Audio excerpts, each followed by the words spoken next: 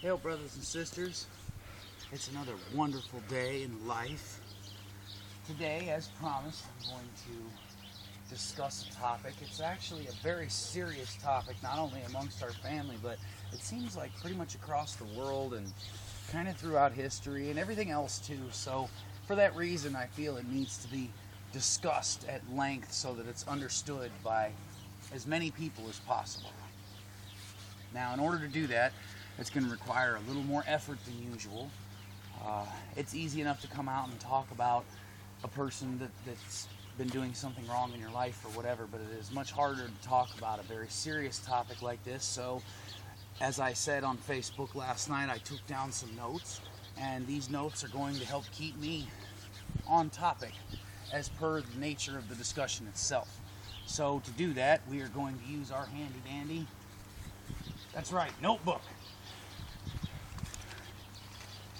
These are my notes for this particular discussion. Now, this discussion is called Inverting the Pyramid. Now, what do I mean exactly? Am I talking about taking the pyramids in Egypt and flipping them upside down? No, of course not. Doubt that would last very long. So, let's discuss what pyramids are first, so that everybody's on the same page, as it were. When you talk about pyramid, the object, you're talking about something that ancient people used to focus energy during important rituals or in the name of important kings that had died and wanted these things to be erected for them so that their souls could properly move on, because this was their belief back then. And more pyramids are being found around the world in different nations than just that one, proving that people learned to use it for other reasons than just burial. Testing so far has been done to the extent that they understand that the energy is more concentrated at the tip of the pyramid than at the base. So what does this mean? What did they use it for? Why the big structures? What do they do with it? Well, think about it. People that actually had real faith as a people, not just splinter factions here and there and across everywhere, they would gather together as one and they would conduct rituals to the gods that they prayed to. They used this pyramid and all the others like it as a sort of focusing device for all the energy that they were pushing above. And I think a lot of people forget that, because this isn't just being done with the simple pyramid that is a building that people used for ritual and for burial. This is being used in many other ways too. Now, what am I talking about? It's something I like to call the pyramid complex, because it involves not the pyramid that you see, but the pyramid that exists in your mind. And when I mean your mind, I don't mean the person watching this video individually, I mean individual people in general. Because this pyramid complex that I speak of is something that exists throughout nations, throughout factions of religion, throughout time and history. It's akin to the simple want of a man to say to himself, there's nothing except the pyramid, therefore there is nothing except me, and I wish to be the top of the pyramid. Now, as we know, there were shamans and men of faith back in those days whose sole function was to perform these rituals among other tasks that they had inside the villages and the areas that they worked. But the pyramid isn't just magical anymore, because apparently throughout history it has caused in the minds of various people a complex which decides that they are not whole or even a part of the pyramid unless they are the one atop it. Now, personally, I find that kind of funny, to believe that any one person is the apex of humanity. But some people do. Lots of people do.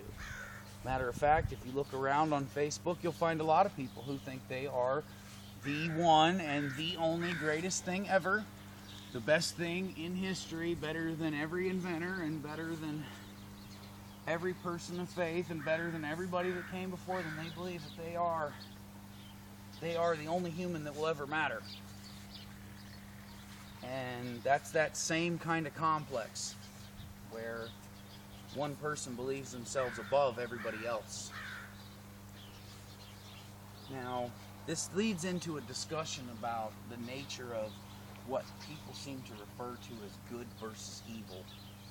And to do that particular function of the discussion, it would require a little more assistance, because to simply describe this to you is not enough.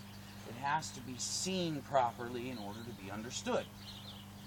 So, because we will now need to write some things down and display some things, we will whip out our handy dandy. No, that's not it. The notebook won't work. Because if we write it down on the notebook, it won't be seen on the video. Everybody knows these videos are made very easily and very cheaply, so I doubt that they're going to be able to see it on the notebook. No, let's try something else. We'll use our handy-dandy blackboard instead. And of course, to write on such a thing like this blackboard, we will now need to progress with a nice piece of marking tool. Now, I chose this color specifically because it represents the color people know. Green, the color of greed, the color of money, the color of envy, the color of selfish want and desire. So, for all these reasons, I chose to use the color green for this particular discussion. Now, let's go back.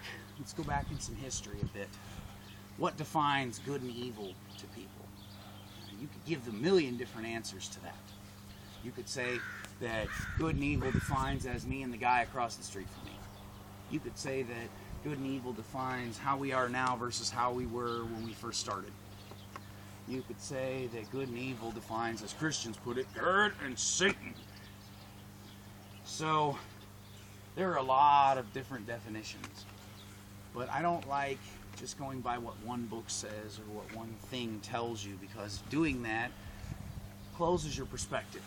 It causes you to be out of control of your own mind by accepting that one thing has to be true. And that's just limiting. So we'll discuss the limits of this kind of perception. So if you define good and evil, let's say mathematically, how would you do that? Well, you got to start somewhere. And everything starts somewhere. So, here's somewhere. Nice little center point, somewhere. This is where we start. Now, what does this point define? The center of sight. The thing that you want to see, choose to want to see, the thing that you want to believe. Most people, I say most people, believe that this point right here represents the good in them, that wants to see and understand and enlighten themselves and empower themselves and all this right here. So if this is the good in them, what defines the other end? Well, let's think numbers. Let's think numbers, and I'm pretty sure we all know a number that they say on every side that I can think of associates with evil. So we'll use that number. It's a Satanist's favorite number, and it's the favorite number of Christians to use against anybody they don't like, and it's a number that people generally associate as correct. So let's go ahead and use the general assumption, right? What is it? Everybody knows what it is. 666, right? So you got 666. Now, what does this mean? Does this mean 666? I doubt it. You know why? Because why would somebody need to write 666 on their forehead like that? This is the description that they give, that it's on the forehead. But wait. If you see it on the forehead, 666 on a forehead, that's not a two-dimensional view. That's three-dimensional. So what if we took this as a three-dimensional number? How would you do that? Now it's no longer 3 6s together, it's 3 separate 6s in 3 dimensions. Now, how does somebody draw that? Well, if this is your good point, mathematically equal out distance from your center point here. You go out 6 and out 6 and out 6. And yes, pardon me, I'm horrible at drawing. It's always been one of the things I'm terrible at. But people get the concept, right? You go out 6 in 3 directions. 6 and 6 and 6 in 3 dimensions. Now, what is that? People will tell you it's a lot of things, but that's not what I see. Because if this is good, and these are supposed to represent evil, then they all are connected on the outside. Because the outside represents 6, 6, 6 in 3 dimensions.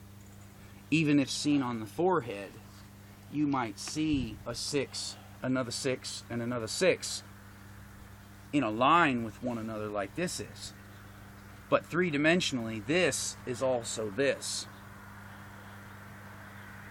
So now we've defined the number of evil as a three-dimensional concept.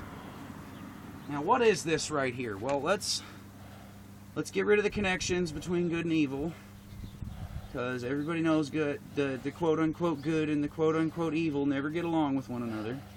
So let's remove that and go back to what would be called good versus evil. Right there. Does that look familiar to anybody?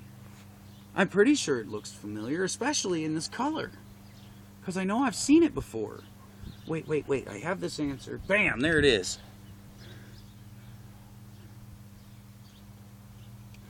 We've seen this before. We know what it represents. It represents all kinds of things. It represents the mind frame of people who think they see and know everything, and think that because of this, that makes them the top of the pyramid. See, it's right there. They believe that they see everything, and therefore they deserve to sit atop the pyramid. That's what that says in picture words. And this is what's on the back of every single dollar bill that is circulated around this nation and has been for a very long time. And why would they do that? Well, it sounds like they have this complex too. But they're not alone, because there's been tons of groups throughout history and throughout time that claim that this is their right, that they deserve to stand atop everybody else. Now, I don't understand why people get this way. Maybe it's the color of money. Maybe it's what envy feels like, what it means to want something that you don't have. Maybe it's the color of greed, that want to possess everything. Who knows? It's different across everybody. But if this is the registered problem, groups like these Templars and these Illuminati and all these groups, then isn't there a way that we can stop it? Isn't there a way that one can not be like this and not think that you see everything, and in turn be able to receive more even than you have? I know there is, and I believe that there is, and that's why in part 2 of this video we will discuss inverting this terrible pyramid and what it means to invert this pyramid, because of what this actually represents. Hail to the Father and all his true children.